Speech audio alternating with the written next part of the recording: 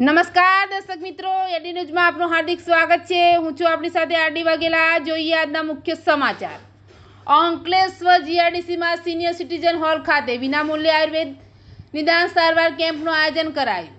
અંકલેશ્વર જીઆઈડીસીમાં આવેલ senior citizen hall ખાતે ભરૂચ જિલ્લા પંચાયત આયુર્વેદ શાખા દ્વારા વિનામૂલ્યે આયુર્વેદ નિદાન સારવાર કેમ્પનું આયોજન કરવામાં આવ્યું હતું, જેમાં જરૂરિયાતમંદોએ લાભ લીધો હતો।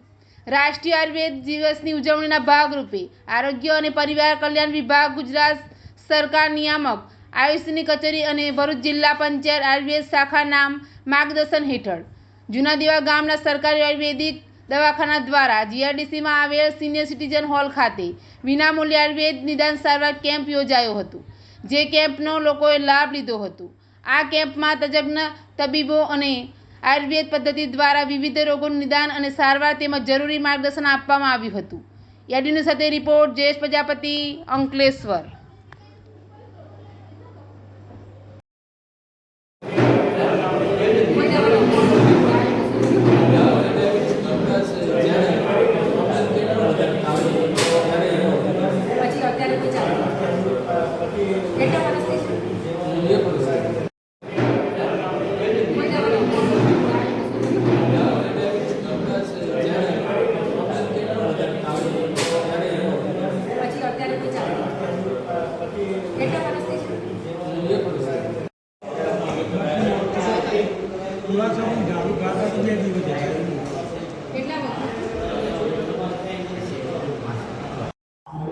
હું doctor Kashmira Patel, medical officer, Junadiva Ayurved medical officer.